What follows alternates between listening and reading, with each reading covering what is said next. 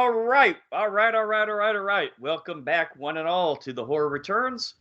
I'm Lance, and with me, as always, are my co-hosts Brian and Philip. And guys, we're only 2 weeks away from March Madness, and I haven't even sent the invites out. I'm starting to panic a little bit here. Oy. Forgot all about March Madness this year. That's all right. We got our guests lined up. It's gotta be an organized show. We've got our guests lined up. We've even got one guest that sent a list in prior to me asking for it, so I think we're going to be okay. But Awesome. how's it going with you guys? Yeah, it's going. A lot of family shit, a lot of work, etc. Yeah, it's one thing after another, then another thing, then another thing. Usually is. And then back to that first thing. Woke up today and went out to the kitchen and I got a leak in my ceiling. Oh, that's not good. I had to deal with that after the freeze 2 years ago. And it was my landlord should know because we had another couple snow days, big snow days, and you gotta keep them roofs shoveled off. Yeah. Mine was a little bit more problematic than that. I had a pipe that actually burst in the wall. So it destroyed the entire bottom bathroom, and then we had to knock the wall out and put a new shower upstairs, and it was a fucking mess. You guys don't really get cold days like that, so. Yeah, we weren't used to it. My fucking lemon trees died twice now. Once that year and once this year. I'm just cutting it down. I'm done. Yeah, when it's cold, you gotta leave the sink kind of running a little bit, like little drizzle. Yeah, Philip, you had some pipe problems this year. Oh yeah, but we're up on stilts and underneath the house is not insulated or anything, so they're all pretty easy to get to. Okay, I've pretty much repiped the whole thing. Didn't do a lot of damage to anything inside the house or anything like that then? No. Thank God. Nothing too big. But we had Mardi Gras going on this weekend, so. Oh, that's right. That's took right. The kids and one of the dogs to the parade and had a pretty good time. Oh man, that's what I've been up to. Did the dog get some beads? Yeah. Oh, cool. Yeah, I put a few beads on her. Last weekend, I took my nephew and granddaughter to the Mardi Gras at Fiesta, Texas, in San Antonio.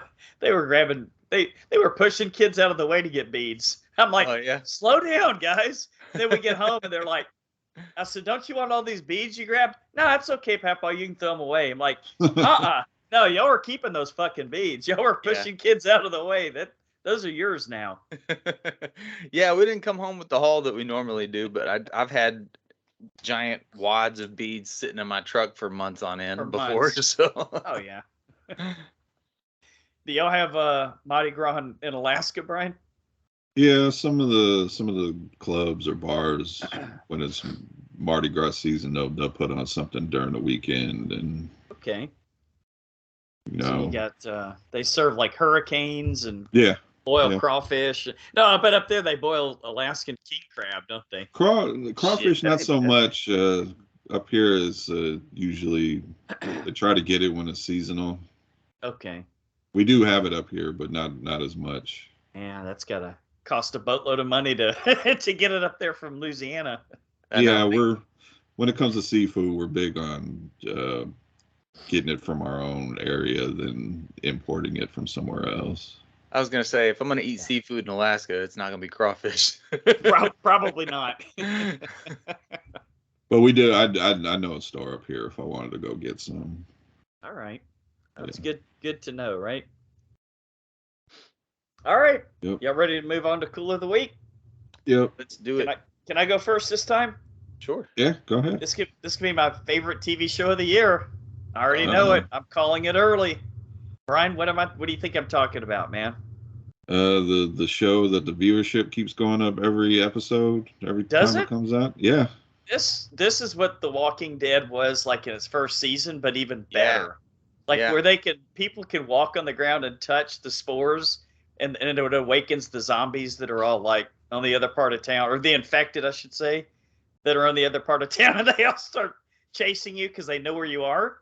Because the whole lattice work goes underground. You guys know what I'm talking about, of course. Which is actually how Fungus Works. Yeah. There was a movie like that a couple of years ago. Remember, where they were out in the woods in that cabin, and it was that the Gaia lady or the other one that was just Gaia. The Gaia, and that one zombie movie was with Fungus. The girl with all the gifts. That's right. Oh, it was, wasn't it? I forgot about that. Yeah, but this show is fucking amazing. Like every week, it's better than the week before. I'm just pissed off because there's some characters that I thought were gonna stick around longer. And they're they make you fall in love with some characters, and then they take them from you. Yeah, unbelievable, without naming anybody. But then I'm shocked with people that I see just kind of show up, like Melanie Linsky just showed up in the episode I just watched. I'm like, I didn't even know she was in it. Mm-hmm. So this is something else. I hope they're able to make it go on for several seasons, but I hope they don't Walking Dead it. I think they said since there's only 2 games, it's not going to go as far. Okay. I think they said if anything, it would go a 3rd season, and that's it. Okay, so kind of getting into the second game in the 3rd season, you think? Yeah, they said it's not gonna be like Game of Thrones where the book ends and they don't know what to do from there, and then there's yeah, that would be a mess. That's a PlayStation exclusive, right? Yeah. Yeah. Unfortunately, because I've got Xbox. God damn it. I want to play it. I think it's coming out on PC later in the year. Probably. Well, it's pretty phenomenal. That's pretty phenomenal. That's it for me, man. Oh, I did see just for you, Brian. I saw Matilda the musical last night. God damn you. Yeah, and boy, is it a fucking musical. I don't think they stop and talk for one fucking second of this movie. It's like everything they say is a song, and today we are here. It's a song and it's long, and we're here. Netflix, right? Yeah, Netflix. The granddaughter. I have a soft spot for the original movie because that was around my oldest daughter's age when it came out. Okay. Or at least when I seen it, So I have a soft spot for that. But yeah, I think I seen a teaser trailer, and they started singing, and I was like, nope, turn it off immediately. Well, it does have Andrea Riseborough. Mandy, the one that plays Mandy, she's in it, and she's been in a couple of good movies this year. I think she's up for an Oscar. It could have Samara Weaving in it singing, and I would not. Oh no, that's the acid test. Okay, moving on. All right, well, I'll jump in because mine are crappy as usual and completely non-horror related. Although they are pretty cool. I'm catching up on Physical 100 still. That Korean. I gotta get on that competition, dude. It's fucking great. I've never heard of it until you mentioned it, and then when you mentioned it, like all of a sudden I was hearing about it. Yeah, well, it just popped up on my Netflix one day, and I was like, oh, that looks pretty interesting.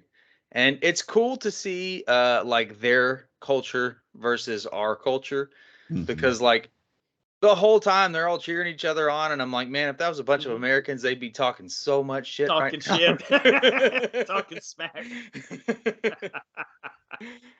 They're like, you can do it. In America, they'd be like, fall, motherfucker. Is it just Koreans, or is there like other people, like other countries? No, I think it's just Koreans, but there's like one black dude. I don't know where he's from originally, and like an American that was a baseball player.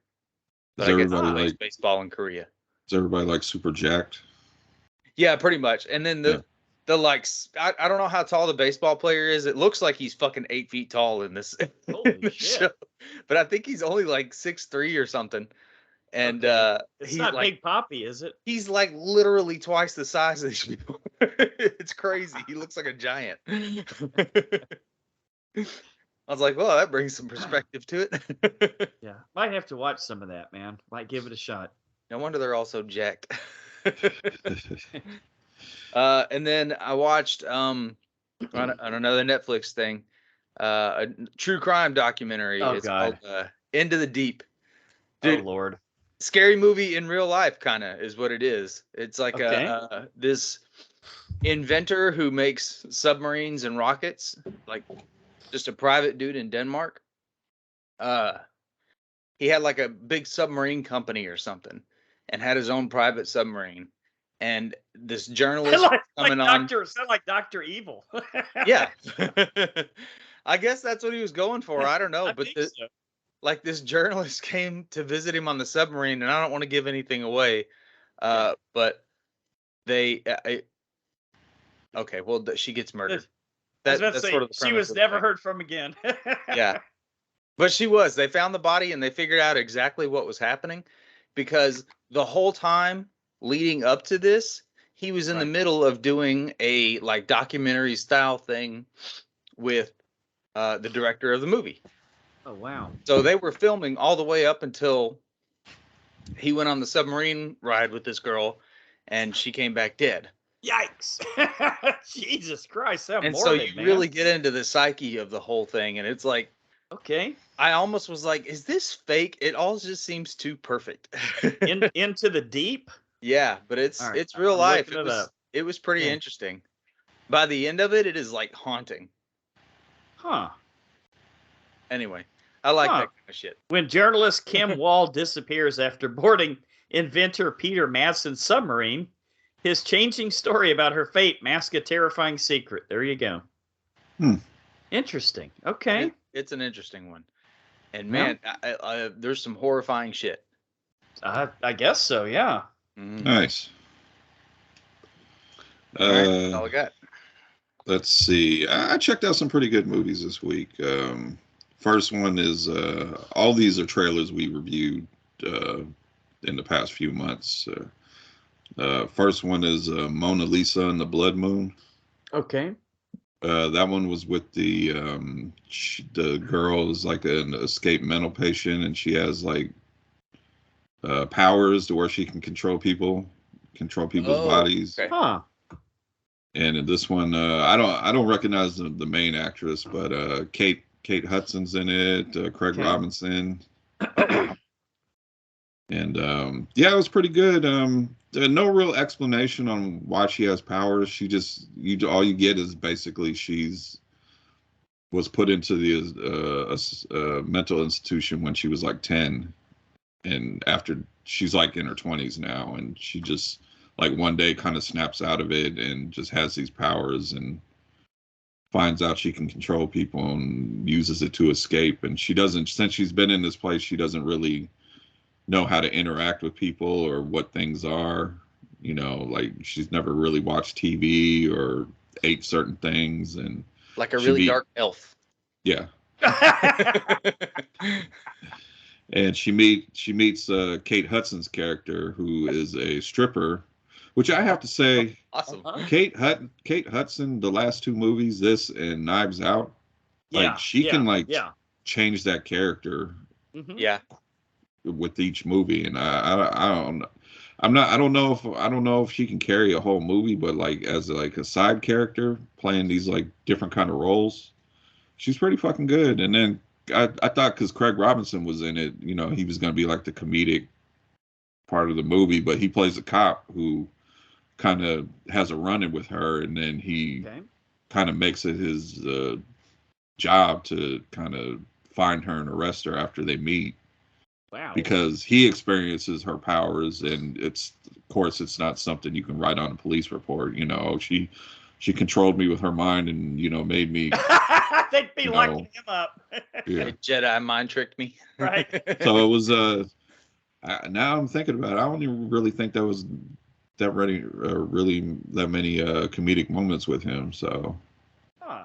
That is scary. A non-comedic Craig Robinson. I can't believe it. Good and bad, I guess.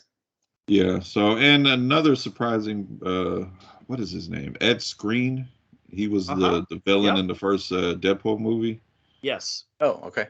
He's a pretty fucking good actor because he's British, and he James Franco'd Spring Breakers this role because he's like a drug dealer.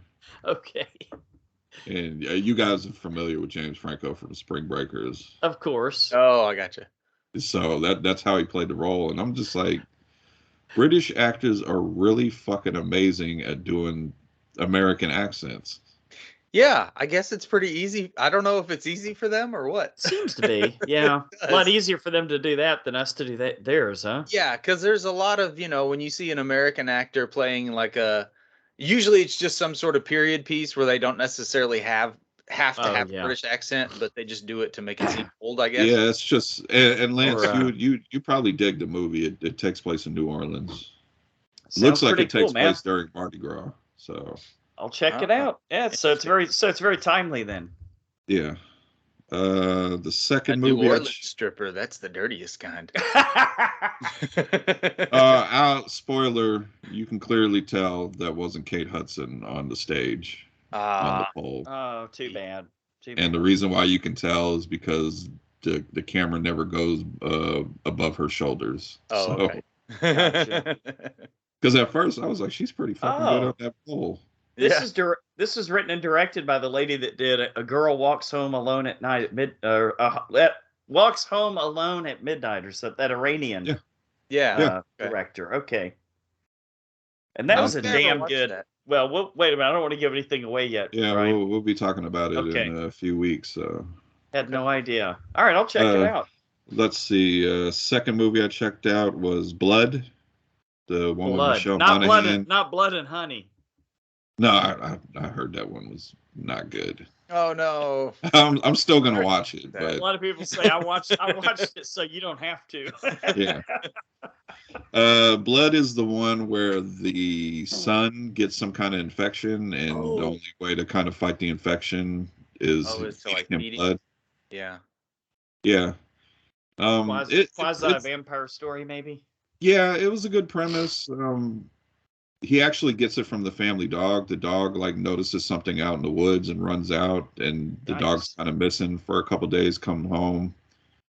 Of course, the dog's not right. I would definitely not let my son walk towards the dog if his eyes are kind of have a glowing tint to him and he's growling. So. Probably get into some fungus. But it really makes you ask, how far will you go for your kid? Because that's basically the premise of the movie is, she's a nurse, so, she has one way of getting blood, but then when that option stops, what do you do after that? And then as the movie's going along, his preference for blood changes. Like he needs it warm and fresh. Oh boy. And the hunger gets more intense. And then when he doesn't get blood, you can kind of see the change in his appearance. Okay. And it's just kind of her trying to figure out what she's going to do and how she's going to go about it. And, she's going through a divorce with the husband. And, he's kind of thinking, because she's had past problems before. So he's kind of thinking her problems are back. You're not taking care of my kids. I got you. All of child service. It's more of a drama than horror, but it was a pretty good watch. So it seems like a cool movie. Is it on Shudder, Brian, or is it streaming anywhere? Okay. Yeah, it's streaming somewhere. Well, I got you. Because I noticed the other one's on Showtime. Yeah. The Mona Lisa and the Blood Moon is on Showtime. Yeah. So if it comes across something, okay, and you need something to watch, check it out. I can't say I'm a big Michelle Monaghan fan to where I can tell you movies that she's done that, I honestly, I have to really think about, what she's been in, but she did a good job as playing the mother in this one. So yeah, I could see her in that role for sure. And what's his name's the father? What's his name? Billy Loomis from Scream. No shit. Skeet Ulrich. Skeet Ulrich himself. Yeah. He's getting a little aged at this point, isn't he? Yeah, he's definitely at the age where he's believable as a father. So okay. And I thought you were going to say Dane DeHaan at first. Dane DeHaan's going to look like that guy that looks like he's not too old to be a father. Dane DeHaan, when he gets old, is going to be like Christopher Walken. Watch. Oh, yeah. I hope so. We should be so lucky. And Okay, my last movie. Good, I said and that. this is the cool. This is the cool of the week, Brian. Hesitantly is my cool of the week because I still don't know how I feel about the movie, and that is the so-called most effective movie since the Blair Witch Project, and that is The Outwaters. The trailer we reviewed, we didn't really know what was necessarily going on with the people that went into the desert. That's at the theater here, actually. I might go see it. It's in the theater. It's on VOD if you have Screenbox, which I do recommend Screenbox. It's the same price as Shudder. It's on there exclusively. Okay. Was it scary? I don't know if I'm just desensitized now, so I don't get scared. Was it creepy? There was a lot of creepy moments. Okay. But I did have problems with the movie. It's about an hour and 40-something minutes. The fucking first hour is all set up to them going to the desert. Yeah. You could have cut at least 20 to 30 minutes off. I don't need to see what everybody's doing. And this movie's told from the perspective of 3 memory cards found in the desert. So cut out. You can cut out the prospect of did this really happen or not, because they found the memory cards. Okay. And so essentially they go out to the desert. It's 4 people. One of them's shooting a music video. She's a singer.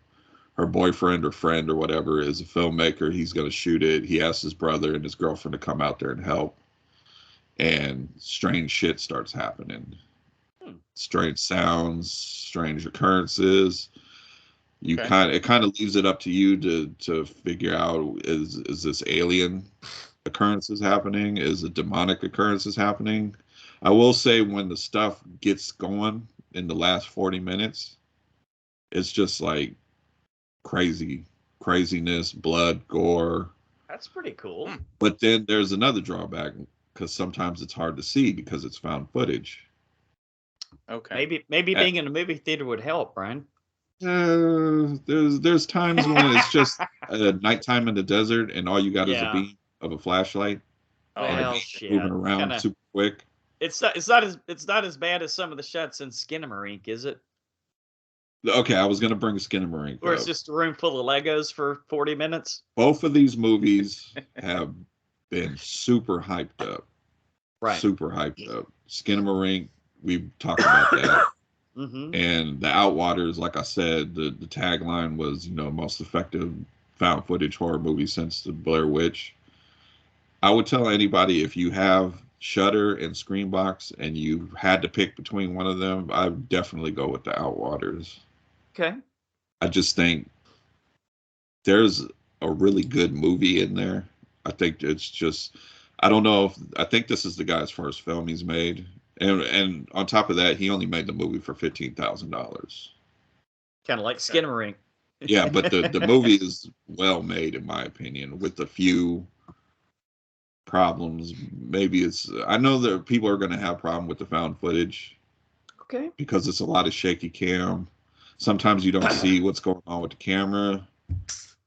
And I think they're trying to play off the fact that shit's happening and the people are disoriented, so they're not necessarily filming. They're just holding the camera sometimes, and the camera's pointing. Well, in a way, that's more believable in a way, I came out of it kind of feeling like it had something to do with aliens. Okay. That's where I came. Kind of like the Blair Witch remake, in other words. Yeah. Okay. I just came out aliens, of it. I'm in. I came out of it. I figured you'd be in, Philip. Thinking it was aliens, and I can't say anything else, so I'm really start getting the spoilers. It takes place in the Mojave Desert. I was so sad when the government started talking about shooting down UFOs. I thought we were already down. I was like, I thought we were taking this shit seriously. What are you talking about? You shot down a UFO. The fuck you did. Well, at least they shot down the Chinese spy balloon too. Didn't we, after that, didn't we shoot like 3 allegedly UFOs down? Because all of a sudden we have the firepower and technology to shoot UFOs down. Right. But yeah, one of them ended up being like a hobbyist balloon. Like of course. Weather balloon or something that they tracked. Of course, yeah. How about we, if it is UFOs, how about we not shoot them down immediately? Yeah. Well, what if they came here to fix everything? That's as soon as they started in with there's no visible signs of propulsion, it was a UFO, and we shot them down. I was like, oh no, here we go. We're backtracking now. The government was taking UFOs seriously there for a second. Well, now Brian, we're not saying if it was very UFOs. Star Trek of you. Yeah. And damn, I should have wrote his YouTube channel down. I kind of watched this YouTube channel, and he gave his theories. It was basically theories from an idiot point of view of watching a movie. I think that's what it's titled. Okay. And he had some pretty good kind of UFO theories when it comes to the movies of what he thought was going on. And if that's really what's going on, his theory, I'll post a video in the Facebook group. Then I'm all for a sequel. If those were his theories. And so they leave it a little open to interpretation at the end. Yeah, because there's moments where you're kind of like, oh, is this like some demonic shit going on? Or but it's definitely the whole point that people found these memory cards so you can completely rule out that whatever's seen from our perspective did happen. I gotcha. Well, that's kind of what I like found footage stuff, because you're sort of going on the journey with them. Yeah. So like I said, I definitely could see people hating this. I would definitely like you guys to watch it, and maybe we do like a bonus episode, because I think it's one of the movies where not all of us are going to come out with the same conclusion. So all right, yeah, sounds good. I might go check it out at the theater this week. I think it's going to be there till Thursday, Brian. Yeah, if you come into the theater late, don't worry about it. You won't miss anything the first hour. Yeah. The old Ty West syndrome. I think I watched a little bit of Gruesome Magazine talk about it on YouTube. Okay. Christopher G. Moore. Mm-hmm. He hated this movie. Okay. But he came at it from a filmmaker's perspective of watching unedited films, because he's a filmmaker, and he's all about. He completely hated the choices. Crystal Cleveland, she's been on the show before. Mm-hmm. I don't remember if she loved it or hated it, but she was a little bit more not as, I guess, hateful towards the movie as Christopher G. Moore was. A little bit more forgiving. Yeah, I didn't finish the review. I'm going to finish it later, but okay. It's definitely a very divisive film. I'm just getting tired of these horror movies that are just getting hyped up so much. We had Skinamarink, and now the Outwaters. Like, these movies are being so hyped up. I think it actually hurts. I know, man. The film. They always do that. I remember doing that with Raw. It was, oh yeah, running out of the theaters, throwing up, and I was like, this? Yeah, I'm like majority through the movie, I'm like, okay, where are we getting to the part where people are running out? Because I'm not seeing anything. Yeah. It's got 45 minutes in. I'm like, fucking eat somebody. I know. That's what I was saying. Do you think the filmmakers maybe like 3/4 of the way through the movie were like, holy shit, dude, all we filmed so far is just set up. Maybe we should get to the fucking point. Maybe it's time to get to the fucking monkey, huh? Yeah, and like I said, I'm warning you about the Outwaters. It's a good fucking hour of setup. I think what a slow burn. I think what they tried to do, they tried to make you more familiar with the characters. That way, when shit goes down, you feel for them. And I just cut 30 minutes out. That makes sense. So, man, but interesting. You always got some cool ones. But yeah, I'll go with it as my cool of the week. Nice. All right. Watch all 3 movies. I thought they were interesting. Yeah, definitely plan to, man. And I'm like, I recommend a season that was 20 years ago on Survivor. Yeah, there you go. Brian, you got any headlines tonight? I should. It's been a couple weeks since we did headlines. I think it was all DC related, if I remember correctly. Yeah. Oh, did you guys see the Flash trailer? No. Actually, I missed it. Fucking, this movie's gonna be amazing. Yeah. Really? It's gonna be fucking amazing. Well, they left that fucker in it, didn't they? Yeah, I mean, they filmed it, so It's got to be good if they're leaving him in it. They didn't CGI his face out like Superman's mustache. they are definitely flashpointing it. He does. It's the Flashpoint story where he goes back and he runs so fast he goes back in time and he changes things, and his mother's alive. The Batman in that time period is Michael Keaton.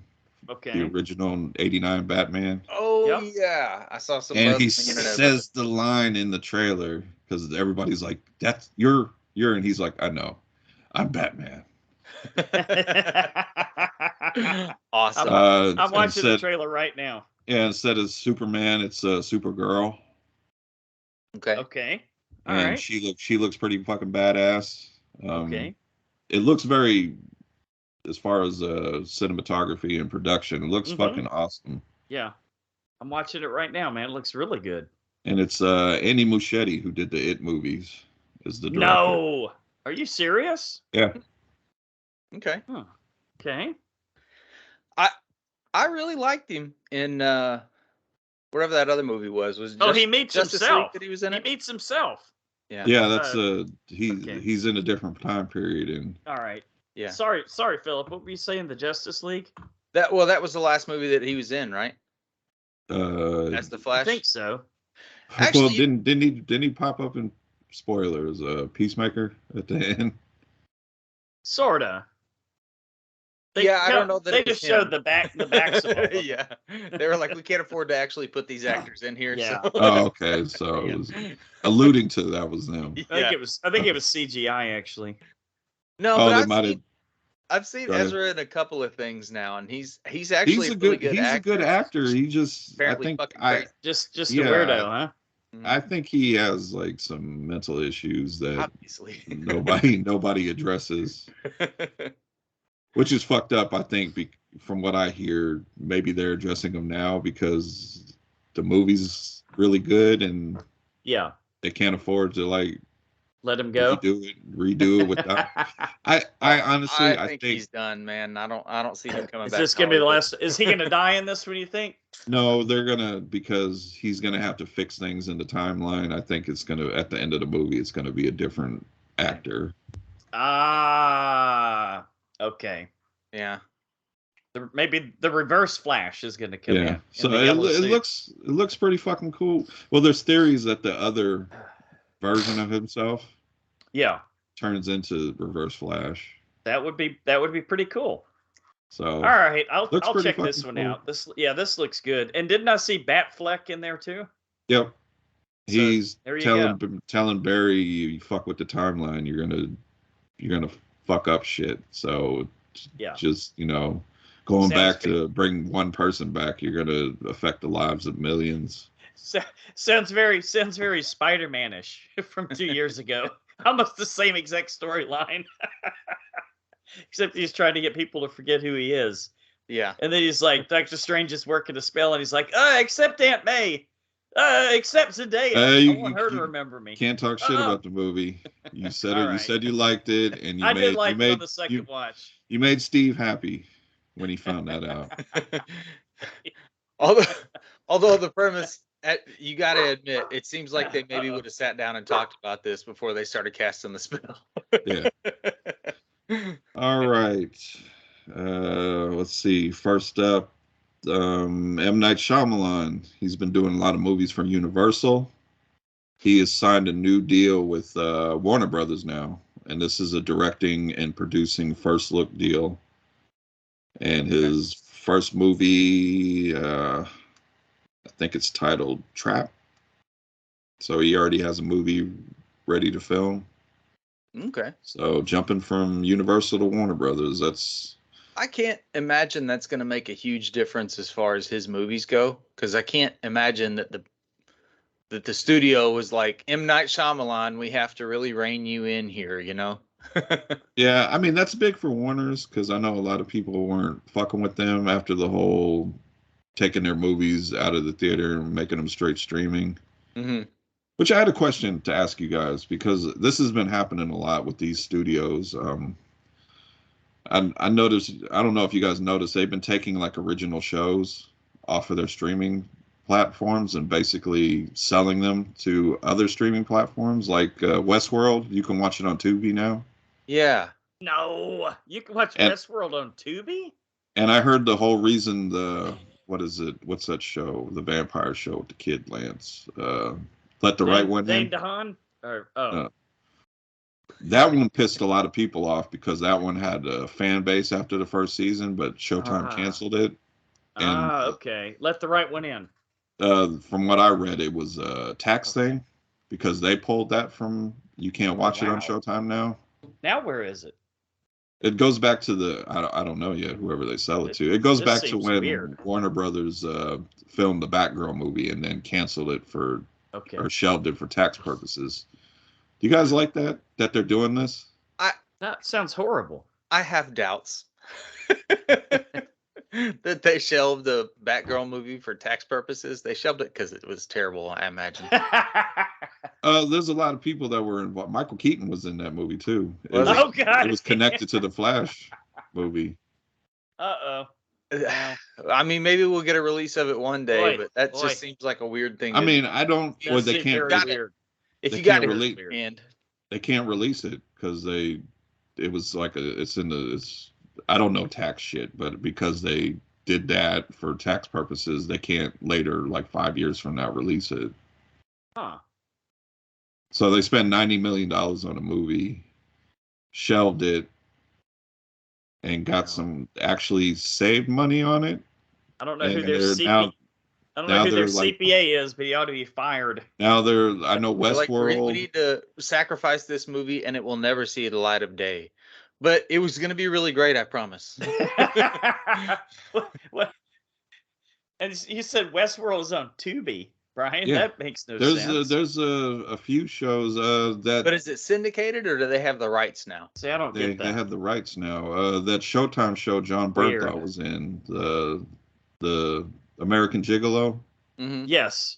That was canceled, and I think you can watch that on what's that other free Pluto? Oh God. Well, I don't imagine Pluto is making a sequel to it, so it's no. I don't.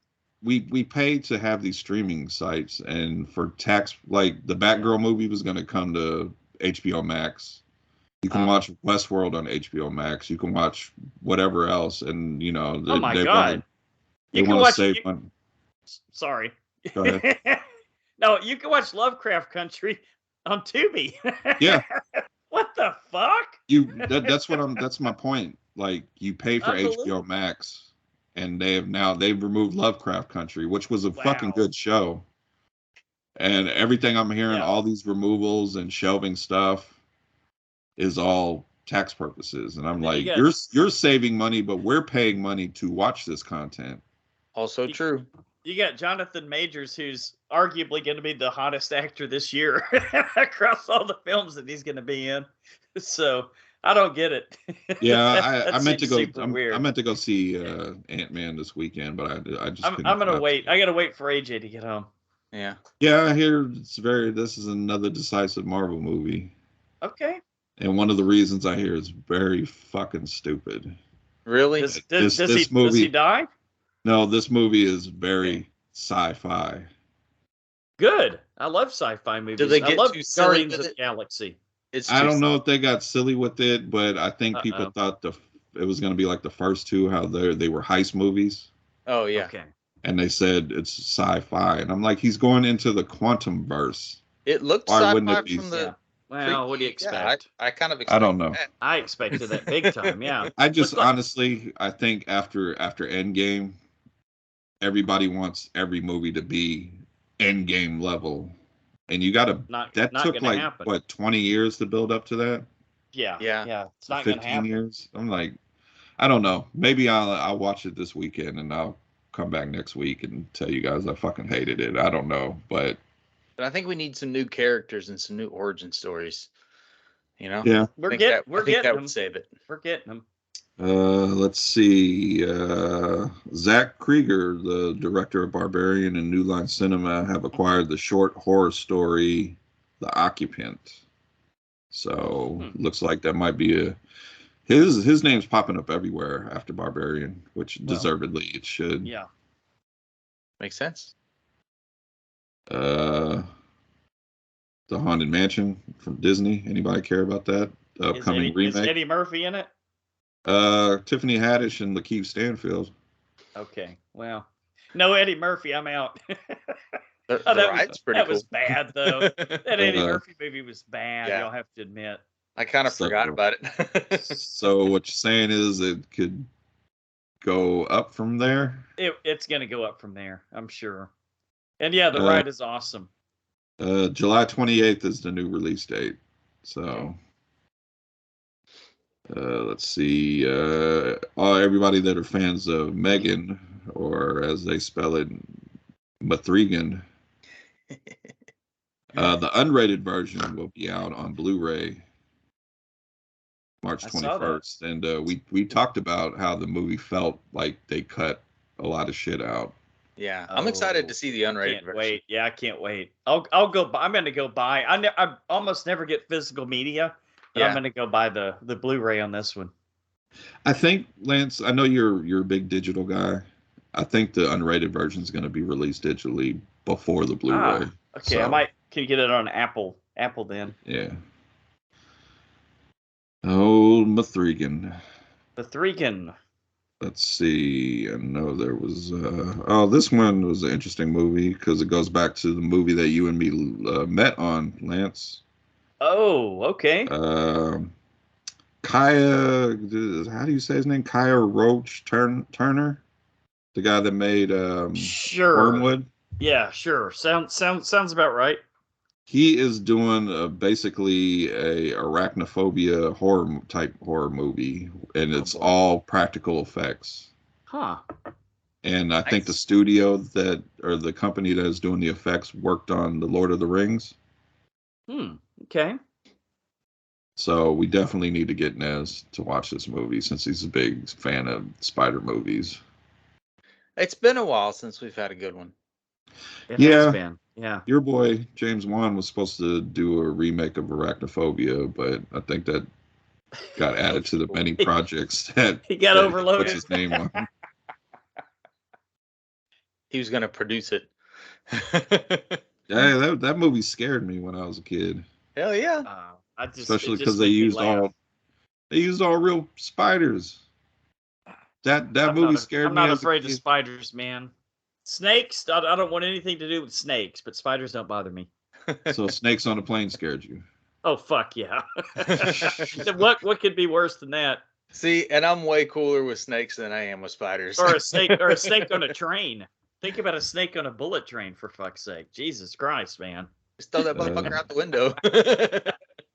Let's see, going back to M. Night, I'm going to mispronounce her name. His daughter, Ishana Night Shyamalan, sure, is going to make her feature directorial debut with the thriller The Watchers.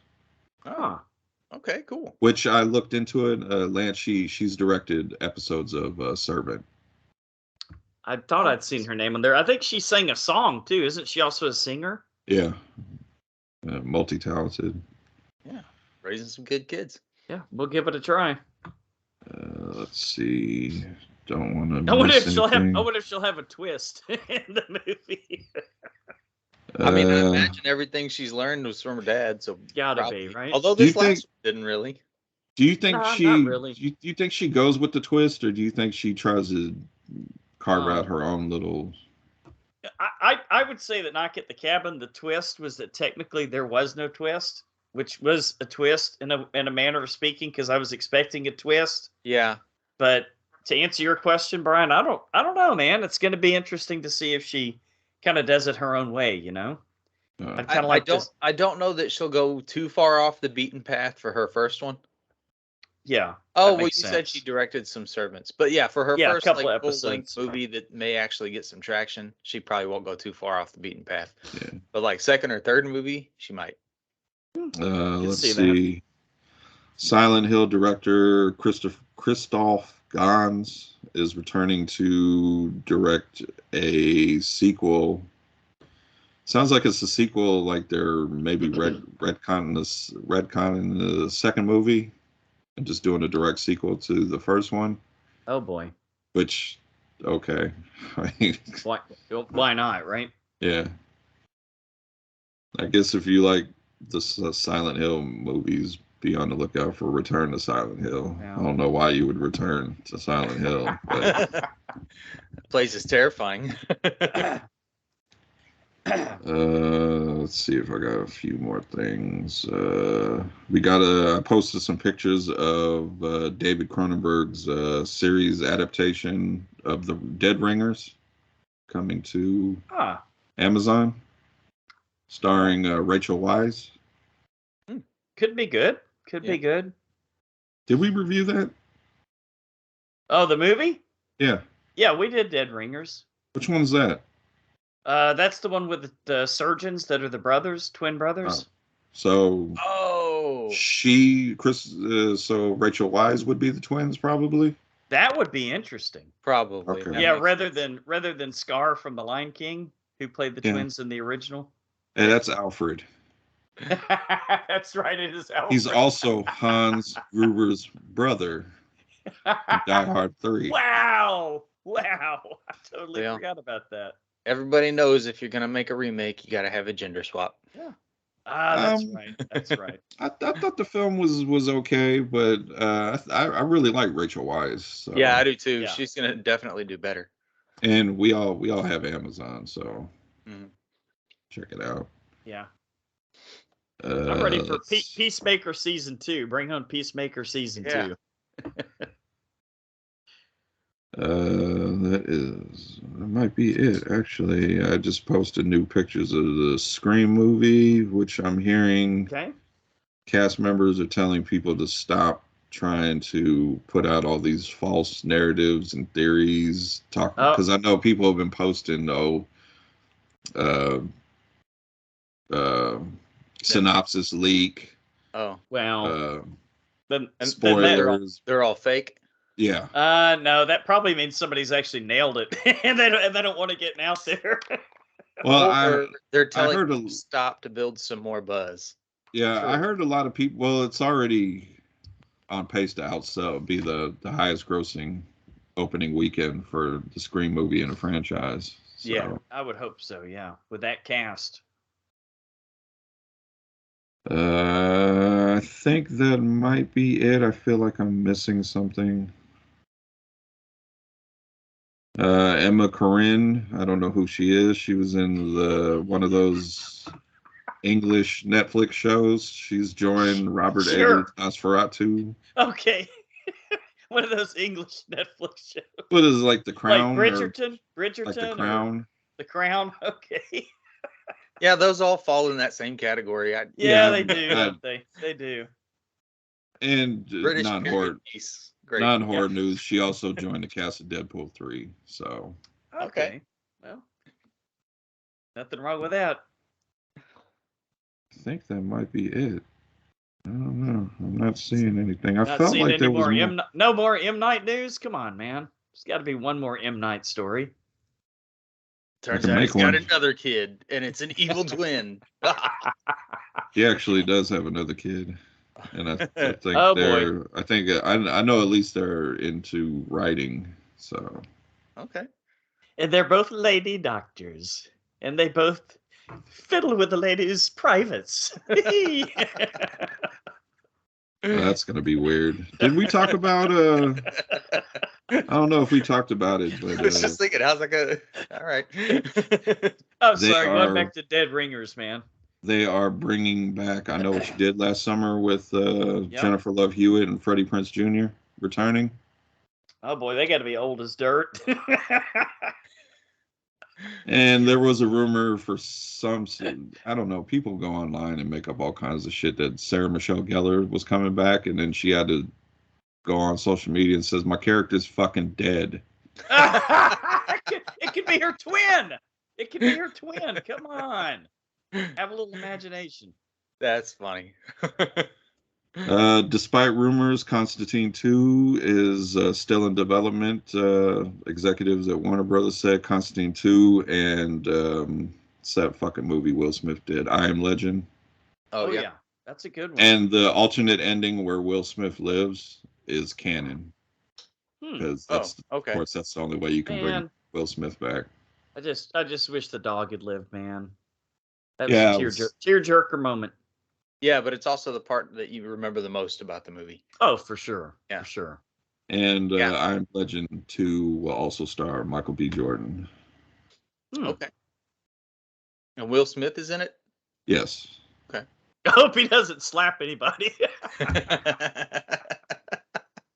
Well, if he divorces his wife, he won't need to slap anybody. Keep my wife's name out your zombie mouth. Oh, God. No, that would be great if they worked that into a parody movie. You know they're going to eventually, right? It's coming. He's got to have enough of a sense of humor to do that, doesn't he? Well, and it's going to be a joke for years. Oh, yeah. That is it. Is that it? All the news that's fit to print? All the news I'm seeing.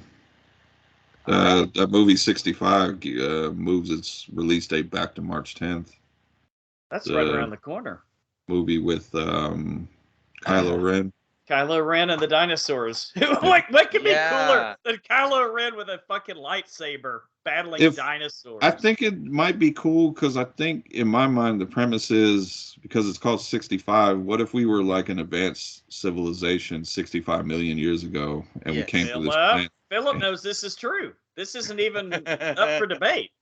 Am I right? That's what I think. It's a solid theory. That's what I think the premise is. It is a very solid theory. Yeah, I think so too, and that's why I'm really stoked about this movie. Yeah, so it looks pretty awesome. Excited about that one. All right, you boys ready to go to the trailer park? Why not? All right, Brian, bring us the big, the small, and sometimes the very, very weird. What's our first new trailer to talk about tonight? They are finally releasing the Children of the Corn movie that they made, I believe, 2 or 3 years ago.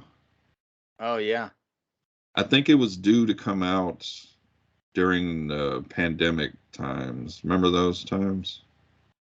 Is that why they canned it? Because I know that it released in Florida somewhere or something. Yeah, I think it released and then they pulled it. Yeah. So what was that all about? Was that like to make editing changes, or? I'm not 100% sure. It kind of sounds like you might know a little bit more than I do about this movie. All I know is it's directed by Kurt Wimmer, and he did that movie with what's this? Fuck. Dane DeHaan. Keeping up this trend that we don't know shit. Samara Weaving. Batman. American Psycho. Christian Bale. Patrick Bateman. Oh. He directed that movie Equilibrium. It's like we're playing the guessing game here. Oh, Equilibrium was pretty cool. I remember that was a badass movie. Pretty good sci-fi movie. Yeah, but then he turned around and did Ultraviolet. I don't haven't seen that one yet. You don't need to. Okay. I've seen it. I don't remember it though. That's probably good. Says a lot.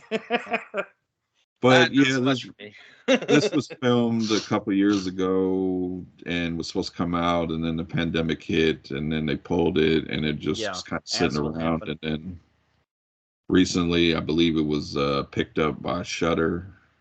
Okay.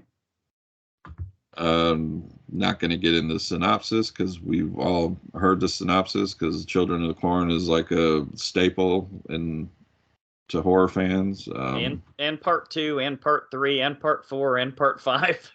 Which Steve said we should do a retrospective, and he wants to come on and do them with us, because if it was anybody but Steve, I'd say fuck off. But for Steve, we'll do it. I think he said he's seen them all. Oh God! So I don't know if it's like your Amityville deal, dude. Come on. That's what I told him. I messaged him. I was like, "So is this your Amityville franchise?" And he said, "It kind of seems like it." Sure does. But I think "Oh God" was the proper reaction to that. He might know something that we don't know if he wants us to review. There might be some fun conversations. So sure We'll definitely get into that, but we do.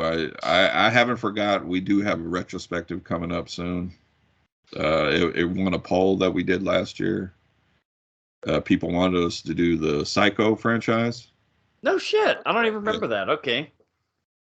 Yeah, it was like a while ago. I got it on my notes. So we did the first Psycho. Remember the year in horror 1960? Yeah, I'm thinking. Never mind. We'll just rewatch the original. I was gonna say we'll watch the not Matthew Vaughn. There you go. It's fun. Yeah. I was gonna say I kind of want to watch that one again. Yes, I feel like Anne Hesh. We probably didn't give him enough credit. I heard Psycho 2 is really good though. I've never seen it. Oh yeah. Spoilers. I kind of like the whole franchise. Yeah. I know some of them are kind of like made for TV movies. I think the fourth one was made for TV, but I just kind of like the story they told of Norman Bates. Mm-hmm. So, but we'll get into it. I'm down. We'll check it out. We're doing that thing again where we don't really care about the trailer we're watching.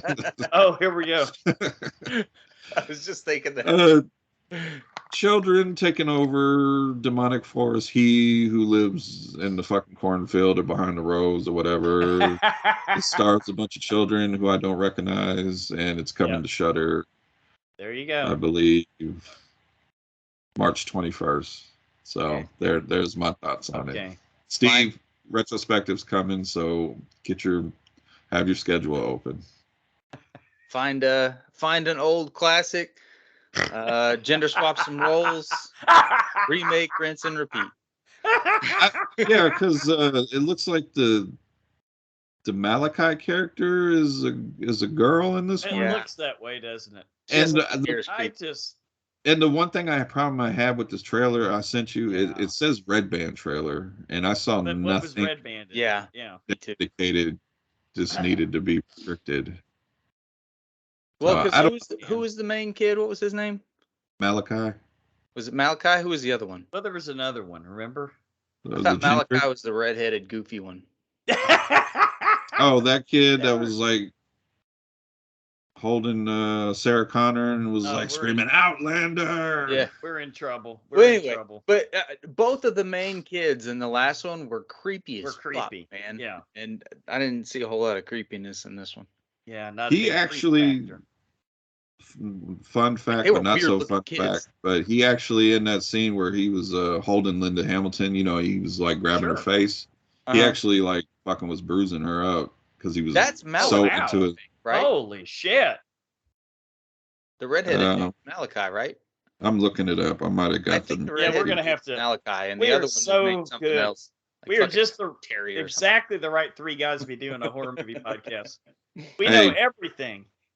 T-shirt coming soon. Oh yeah.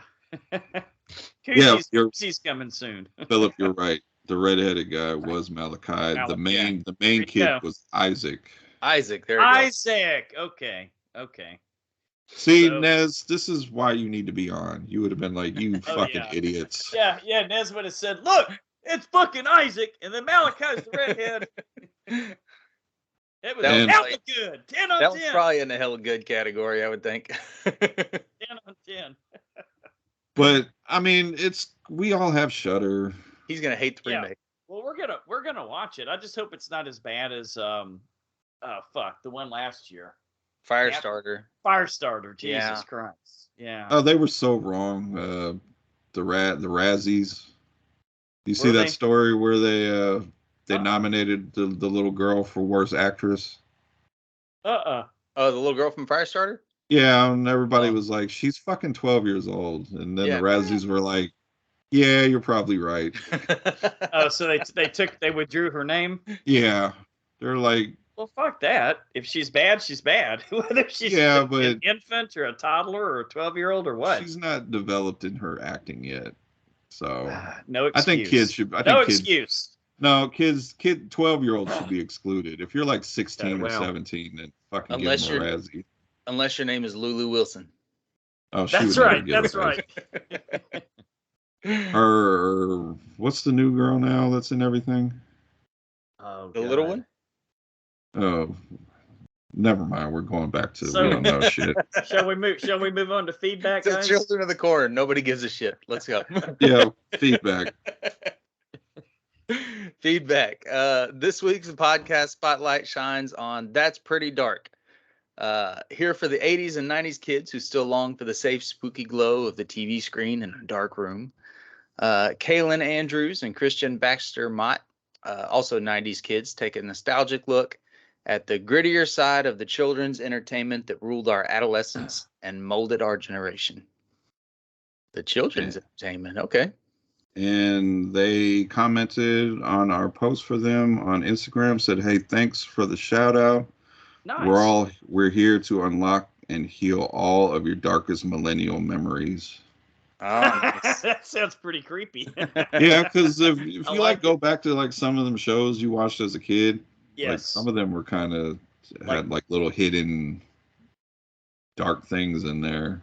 Yeah, like monsters and stuff like that. Or are you talking about? No, just like you guys know the cartoon Rocko's Modern Life. Yeah, of course. I never realized as a kid that he was a phone sex operator. Well, I know the B-52s did the theme song. Yeah. Really? It's just like little stuff like that you find out when you're older and you were like, that's kind of fucked up. That is kind of weird. I never watched that one a ton. But also cool that they did it in a way that it just went over kids' heads. Yeah. Yeah. Well, anyway, it says our show features every other weekly discussions. Oh, that was a good way to say bi-weekly. Every other weekly discussions ranging from movie nights and season-long binges to spooky specials of shows and other traumas, memories. So grab your flashlights and join us Saturday nights as we go searching and researching what exactly it was that happened to us in the dark all those many moons ago. Oh, that does sound creepy. Very well worded. I like it. Yeah, I like that. Somebody knows how to write. Yeah. Salem Seller says, thanks for sharing. Yeah, support her YouTube channel. She does great reactions and reviews. Cool. Regarding the new Children of the Corn, Steve Carlton says, hopefully they finally make a good one, solid premise, but every corn flick thus far has been pretty shitty. And you're going to review every one of them. Oh, God. Remember, you did this to yourself. Right. Horror Nerds at Church says, thanks for sharing. This is such a fun episode to record. Great title. Great title for a podcast. Horror Nerds at Church. Regarding Miguel Ferrer, Zim Vader says his best role was in The Stand. He was pretty good in Deepstar 6 too. He was pretty good in Blank Check. Oh yes, I remember that movie. You know what? I liked him in that movie. I think you did. You went on the Super Network, Lance, last year. The Night Flyer. Night Flyer. Yeah, he was actually pretty good in that one. Yeah, real good. Underrated actor, man. Rest in peace. Yeah. And let's welcome our new members. We got Cena Mortuary Podcast, Brandon Kilton, Crystal Saldana, Roberto Rodriguez, Podcasting After Dark. Love those guys. Craig Irons, damn. Gerald Turbeville, Brandy Lynn Grigg, Pete Todd, Jennifer Bonges, and Horror Movie Crew Studio, PromoteHorror.com, The Terrible Aussie, 13 Degrees of Screams Podcast, and Straight Chilling Podcast, the Horror Movie Review. Oh, got some more. Gag Me With a Knife Podcast. Damn, dude. We haven't done feedback in a while. And Johnny Mendoza. Thanks. All right. Oh, and Horror Movie Crew says thanks for the invite. Oh, yeah. Shout out to Johnny Mendoza. I know he listens every week. Appreciate it. And I appreciate everybody for joining. And go to the little button in the Facebook group that says invite your friends. Yeah, we'll be a regular Children of the Corn cult over here. And post whatever you want. Let's keep it simple. No dick pics. Stop. No dick pics. We won't have a Facebook group. But if you guys are watching something, reading something, listening to something, post it in the group and we need the feedback. Or ideas for Lance to be the next cult leader. There you go. That's the goal, right? Yeah, we still, now that we're on YouTube finally, we still need to do our spoof of the Fanatic Part 2. Are we ever going to get around to that? I still say let's film it together when we're in Texas. Oh yeah. Oh, that would be perfect. It would be like a really bad high school theater project. It'd be a lot worse than that. All right. As always, our show intro and all of our new logos come from Steve Carlton from the Geeks. And be on the lookout for more great stuff from Steve. Our original skull artwork comes from Natsulani, so check her out on Instagram. And please consider becoming a Patreon patron. We'll let you pick the movies for a future show at any amount, and for $5 or more a month, also pick a commentary for a future bonus show.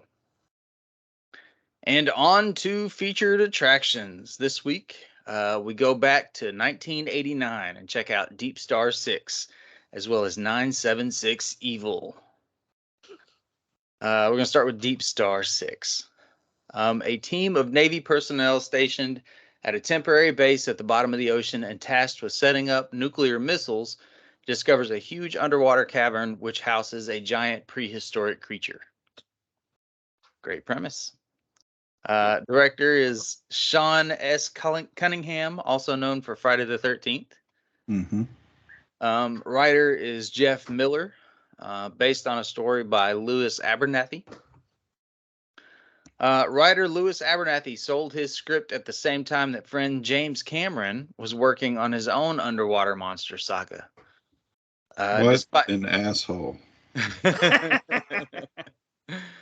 Despite Cameron's asking that he delay this movie to avoid competing with The Abyss, Abernathy went ahead and was thereby deemed persona non grata with Cameron and associates until they patched together their friendship when Abernathy accompanied Cameron on the September 1995 filming of the wreck of the Titanic for Titanic. What an asshole.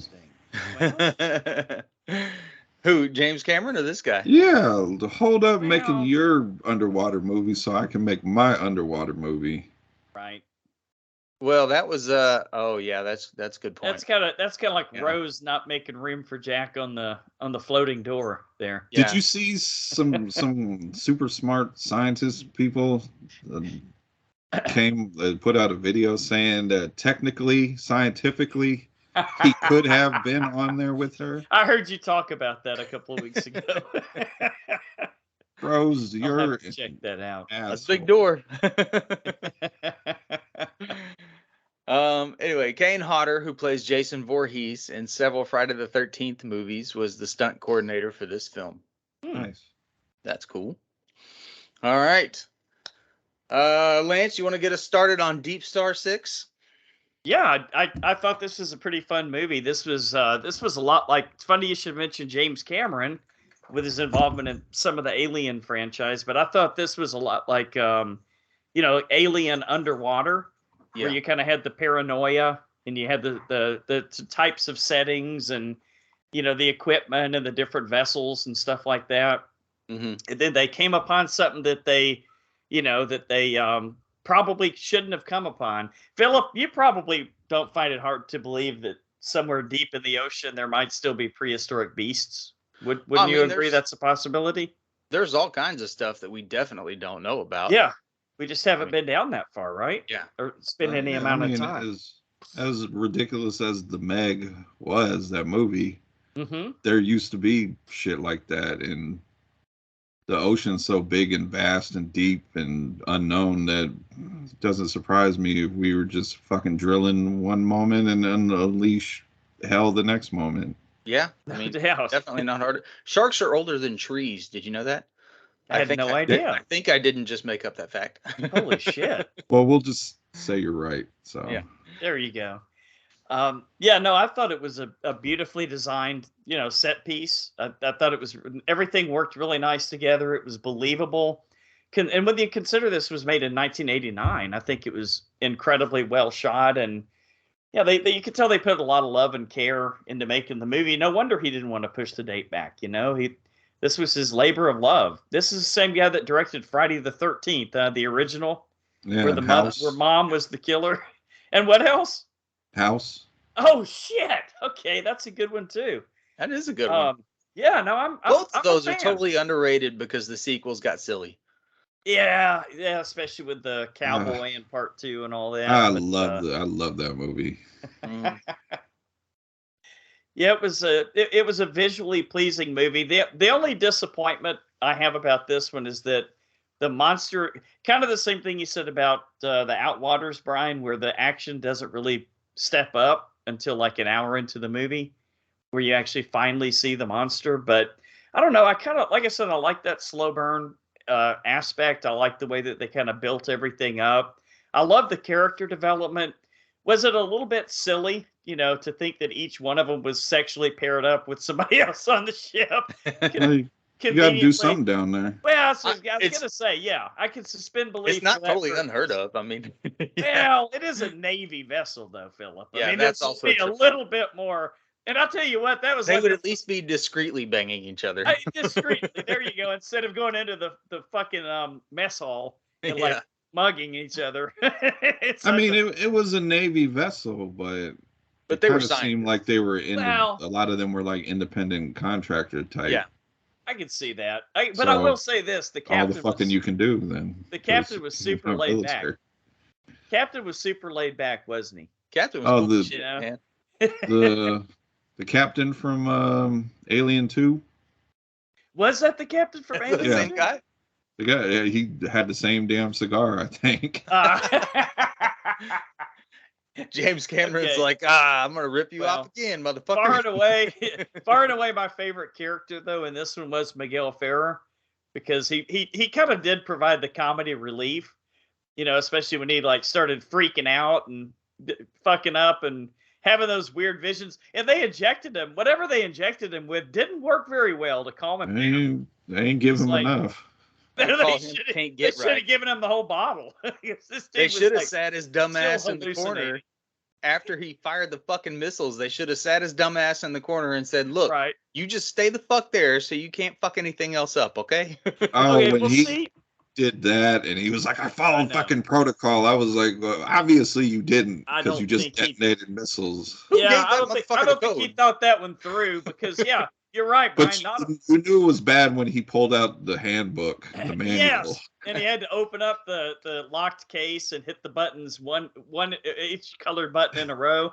But just the fact that it said, "Is it something that's being aggressive?" He should have known not to do that, right? You should have at least tried everything else first. That's like going to DEFCON 3 immediately, right? Yeah, well, as soon as it popped up on the screen and was like, deploy missiles or whatever, I was like, oh, no, don't do that. Yeah, I know. That's what I thought too, man. But no, it was a fun movie. It was eye candy. It was definitely good to look at.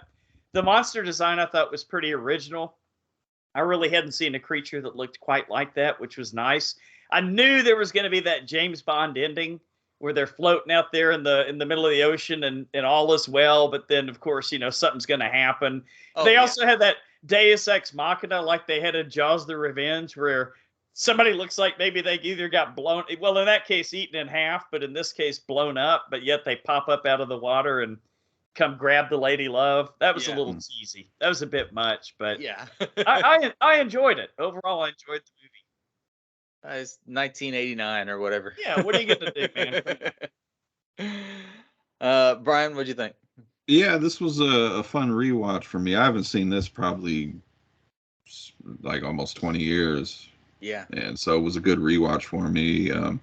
Loved the cast in it. Miguel Ferrer was probably the standout character, especially when he gets to that moment where he's just fucking losing it. He fucking kills the one guy with the fucking dart thing, and what a fuck up. You see, that's what I'm saying. Your dumbass asked him to go down there. Oh yeah, they should have hit him with that whole bottle of morphine immediately. No, they should just let him sit where he was, because he didn't want to fucking do anything. And they were like, "Oh, stop being a bitch and help out." I'm like, you just inflated a man's chest. I like the build up that it over there where you can't fuck anything else up. Yeah. I think when I was younger, I probably didn't appreciate the build up to seeing the monster. I kind of was like, where the fuck is the monster? But older now, I appreciate it. I like the practical effects of the monster. The music, I noticed this rewatch around that it's kind of similar to Friday the 13th. No kidding. Okay, I didn't even catch that. I didn't catch that. The scene where somebody's slowly walking up to somebody, or where they're about to do a jump scare or something. Mm-hmm. Just take out the little. Just take out that. And the music really, I don't know if it was the same composer or whatever, but it was. I was like, okay, this is a Sean S. Cunningham film. I kind of can tell that. What was I going to say? Yeah, it's just a great movie. These type of movies scared the shit out of me as a kid because the ocean is just unknown to you, and it just freaks you out. And yeah, great fucking rewatch. And this one is now streaming on Stars, so anybody who happens to have Stars, you can catch it there. Just FYI, since we don't condone any pirating, even though we're talking about something on the high seas. Yeah. Figured I'd at least put that out there. I was going to say something else about the film, but my fucking mind just went blank. It'll come to you. All the death scenes were pretty fucking cool. There was people getting cut in half. They were. The captain got his back broken. That looked very painful. Man. Yeah, I was sad to lose him. Although, you could tell from the get-go this was going to be a pick them off one by one kind of movie. Oh, but sure, I think like a slasher movie. Underwater. The most painful death scene had to be Miguel Ferrer's decompression. Oh, yes. Yeah. Yes. That was terrifying. That made me squinch a little bit. I was like, oh. But I just love it is the same musical composer, Brian. Okay. Harry Manfredini. He did House. He did Friday the 13th, so they must work together a lot. Ah. So there's another persona non grata. Yeah. Felt like I should have known that. Now we know. See, you do learn something on the Horror Returns, boys and girls. And a lot of the cast were like recognizable. It's just not by name, but just like I've seen you in this movie, seen you in that movie. So, although those two girls look just alike to me. Oh, the doctor and the main one. Yeah. Yeah. The other one was super hot though. Well, you got to have a super hot scientist for some reason. Yeah. Boy, she was working that machine, wasn't she, when she was in the gym? Working that rowing machine. I wanted to hear some Olivia Newton-John in the background with that one. She was the hottest one. She got killed off quick. Yeah. Too bad. What a waste. Share my shower credit with her. But yeah, I had something else to say about the movie, and I can't fucking think of it. You'll think of it. You'll think of it. Well, yeah, that's exactly what I was thinking while I was watching it. It's kind of like Alien underwater. Mm-hmm. And it was a cool fucking movie, man. I definitely recommend a rewatch on it. I hadn't seen it in a long time either. And so I kind of forgot everything that happened. And what was his name? Miguel Ferrer. Mm-hmm. Ferrer. Yeah. I thought he did a great job. I mean, I hated his character. Snyder. Yeah. But he did a great job, and he was sort of like, the Cypher in the Matrix. That was a great role for that guy, but he was totally hateable. I don't know that I loved the monster design. Like, you didn't like a giant fly trap kind of. I kind of did. I thought it was very original. Little eyes on the front of its mouth or something. I thought it was very original. Yeah, no, it was interesting. I don't know. Part of the awesome part of the beginning of this movie is that you didn't know what the monster looked like, and so I had all these things running through my head.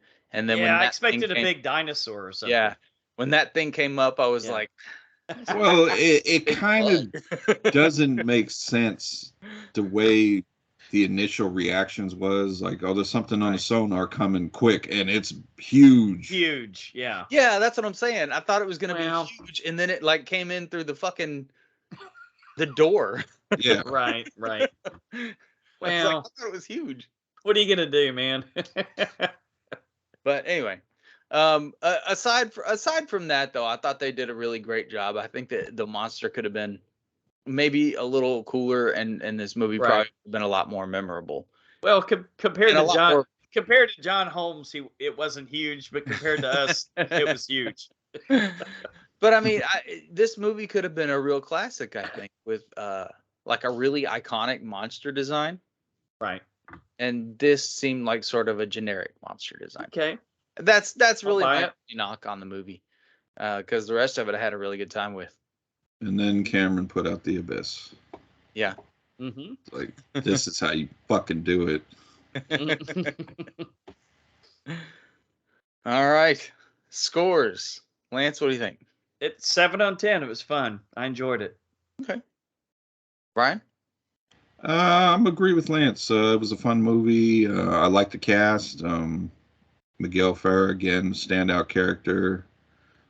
Great effects on the monster, and yeah, 7. Okay, I'm gonna go 7 also. I think yes, 777. That doesn't happen all the time. Who won? I think it could have easily been an 8 with a really iconic, cool monster design that maybe could have started off a franchise or something. Which is, I could see that. Everybody there? Yeah. What's happening? I don't know. My thing blipped out. Can you guys hear me? Yeah, we still recording? Hopefully it says it's still recording. Was it James Cameron? You have a backup copy going just in case. Sorry, James Cameron. So that happened to everybody. Yeah. Sorry, Jim. I mean, James. Fuck y'all. But yeah, iconic creature design. It could have started a whole series, and I think that's kind of what this guy does anyway. So that's sure. Yeah, 777. Nice. Deepstar 6, underrated classic. Next one is 976 Evil. People who dial 976 Evil receive supernatural powers and turn into satanic killers. Is that what happened? When Spike dialed 976 Evil, he knew it was an expensive toll call, but he didn't know that he'd have to pay for it with his soul. Did he? I don't think that's a very good description of the movie. That's a horrible description. Director is Robert Englund, best known for playing Freddy Krueger, of course. Writers, has he directed anything else? I think he might have did little things here and there. Oh, okay.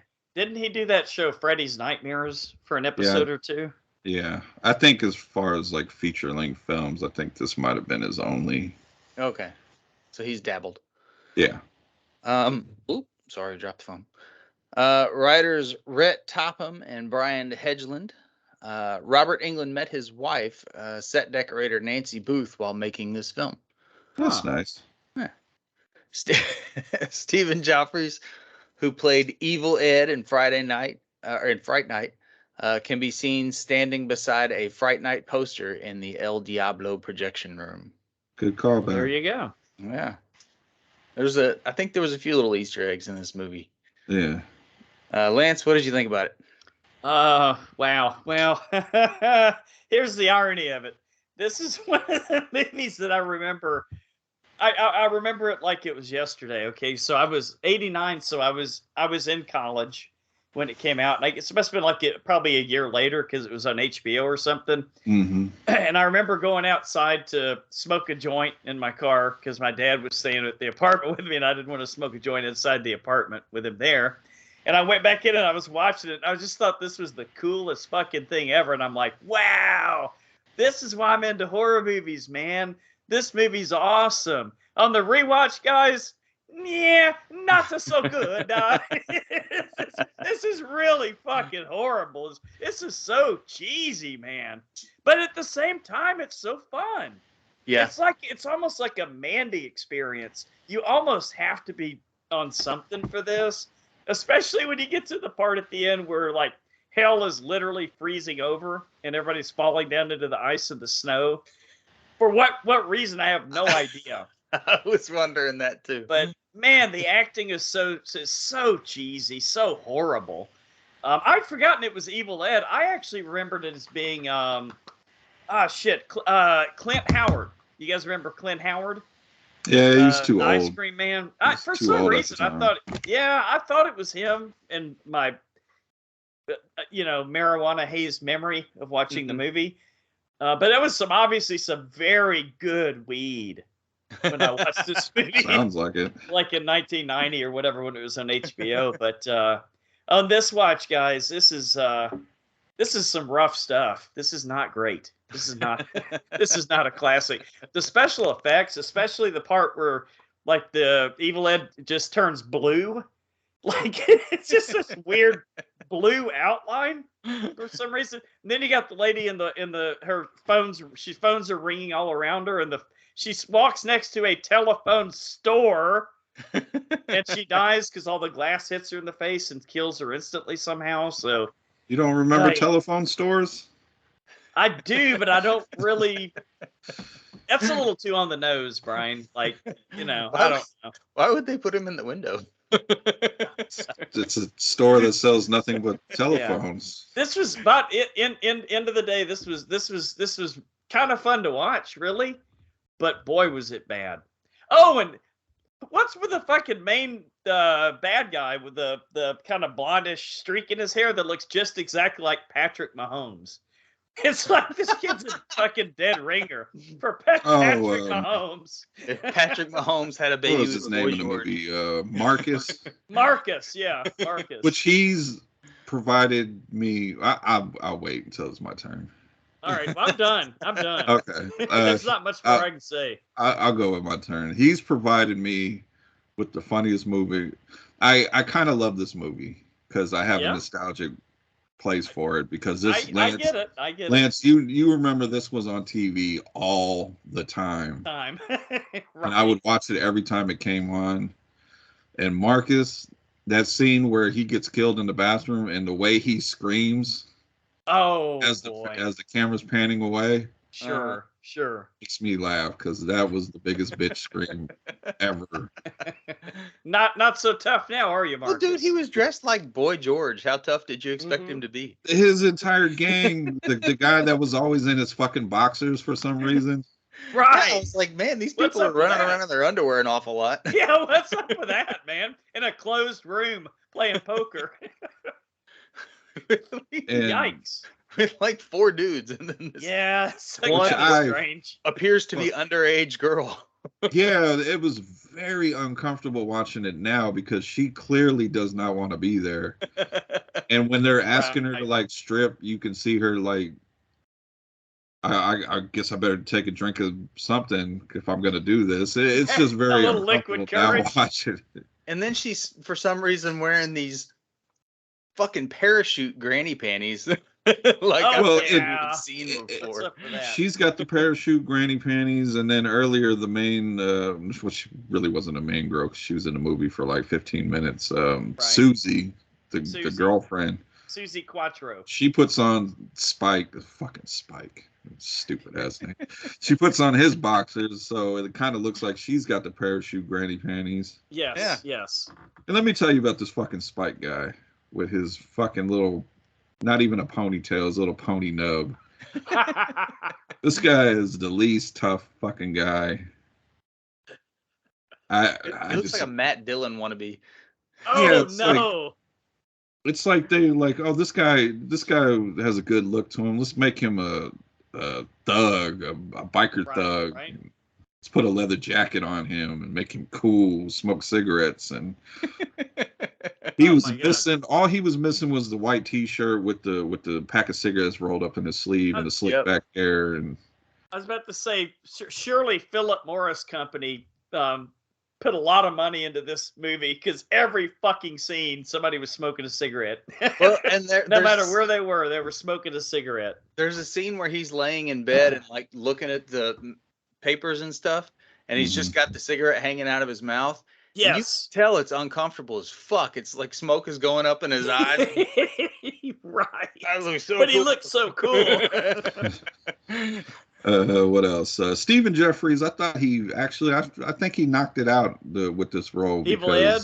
Yeah, because he played that pathetic kind of mistreated person. Up until the point where he changes, then he kind of It was like Carrie. That's what they did. They gender swapped Carrie. Yeah.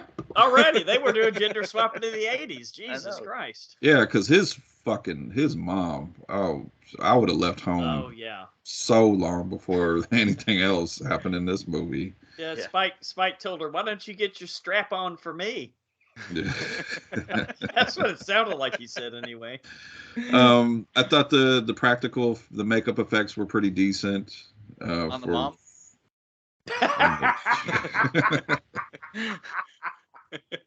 I thought they were pretty decent, especially his change throughout the movie. And damn, I'm forgetting what I'm saying now. Oh, I'm sorry.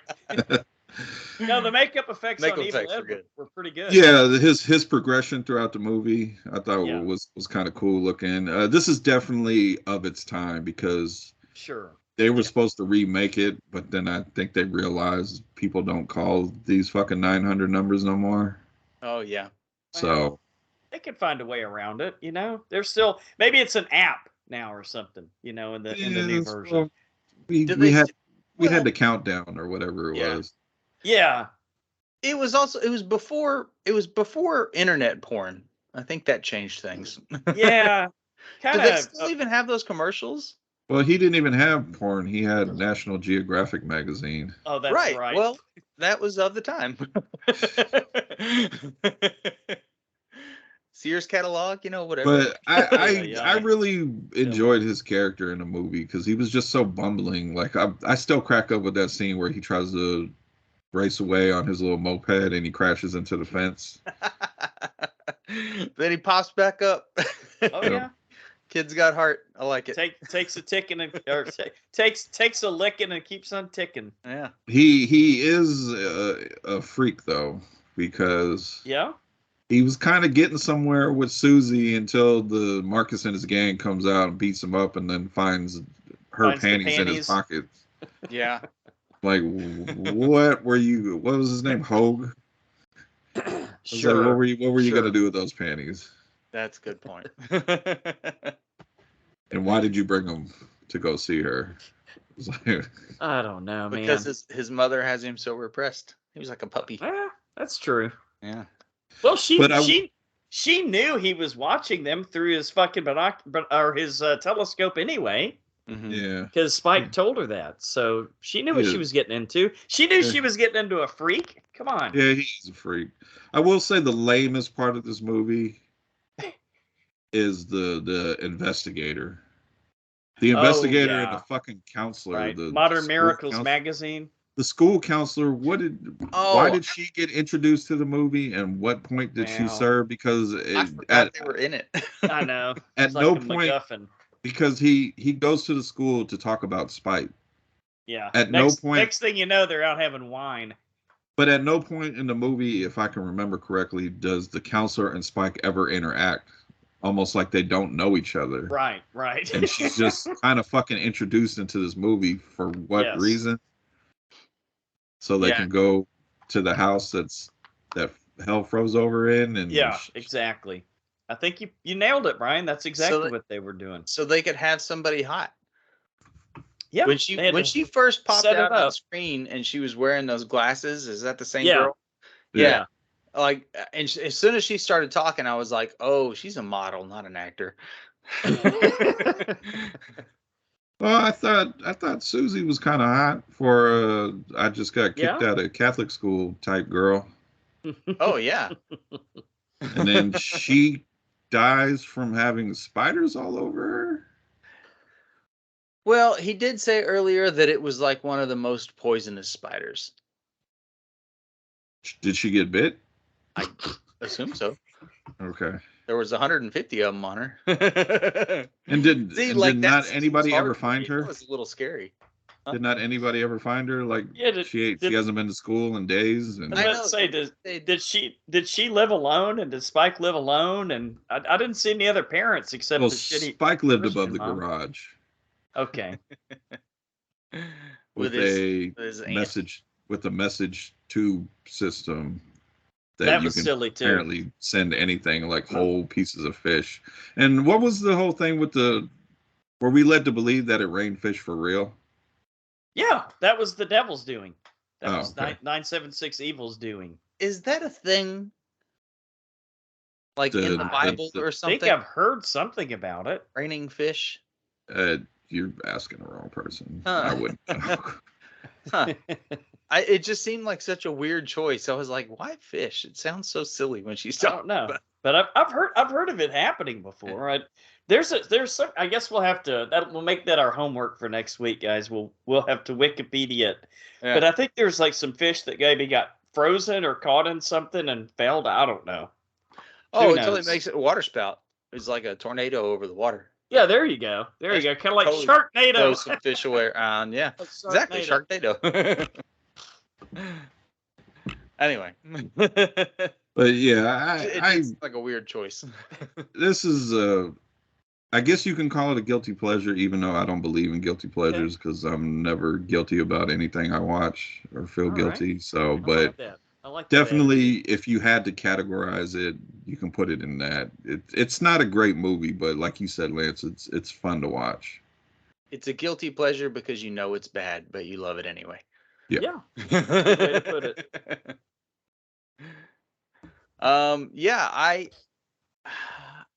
I think I agree. It's as soon as the movie started, I don't know that I had ever seen this one before. And as soon as it started, I was like, man, this is going to be really fucking dumb.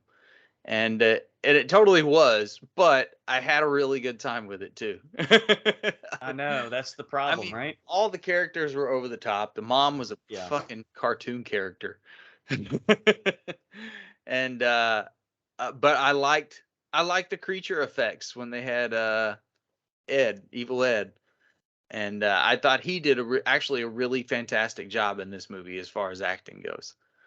I kind of he was so corny. He was I kind of hated him at the beginning because he was like so over the top corny. Like the second time he interrupted the card game, he was like, right. I have a pair of hearts. And he's holding 2 hearts. Can I get it with a pair of hearts? I was like, oh, yeah, okay. Freddy definitely directed this one. Oh, yeah. Good point. And I think there was a lot of little Easter eggs and throwbacks to other horror movies because he's a horror fan, man. He's a horror icon. There was a Clockwork Orange poster in the room they were playing poker in, Yeah. And so I think this was maybe just his little love story to horror. And especially at the time that it came out, this totally makes sense. And I had a lot of fun with it, man. I don't think it's maybe as bad as it really is. Scores probably reflect. Oh my God, there's a sequel. I know. I heard there is a sequel. Came out in '92. It's called 976 Evil 2: The Astral Factor. Okay, well maybe it'll explain everything. Are you sure it's not Patrick O'Brien reprises his role as Spike. Oh God, boy! And at that point, his career ended. It does. It sounds like a porn parody. Astral. Yeah, depending on how you spell Astral. Is your main guy there? Are you sure it's not? It might be. Might very well be. Wouldn't be the first one. All right, so let's do scores on this one. Lance, what do you think? I hate to say this, man, but I got to give it a 5.5. It gets above the halfway mark for me just for pure fun cheese, especially that frozen hell at the end of it. Cheese, which is great. Yeah, cheese is it. That's it. That's the word. Brian? I'm gonna be fucking wacky and say this is a 7 out of 10. Holy shit! Jesus Christ, dude!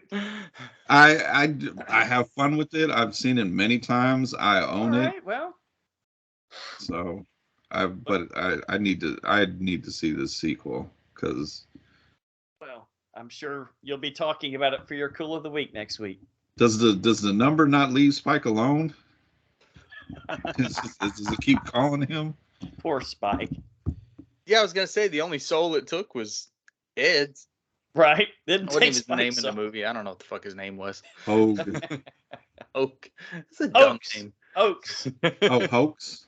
Yeah, Hoax. Hoax. Hoax. Yeah. Is that his name? That's his name. That's his name in the movie. That's an interesting name. Okay. Yep. Spike and Hoax. Cousins. Right. Yeah, well, definitely over the top 80s cheese. But I'm going to give it a 6, I think. It was All right. All right. Yeah. Cheesy and fun.